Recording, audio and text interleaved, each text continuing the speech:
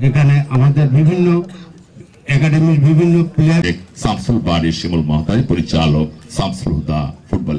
আজকের সম্মানিত সভাপতি সম্মানিত সভাপতি বাংলাদেশ জাতীয় ফুটবল দলের প্রাক্তন ফুটবলার কাদের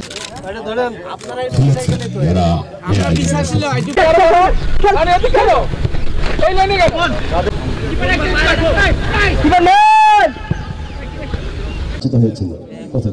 সেই কারণে কোথায় পঞ্চগড় কোথায় যশোর তারা যে এখানে এসেছে সাংবাদিক বৃন্দ উপস্থিত সুধীবৃন্দ পুলিশের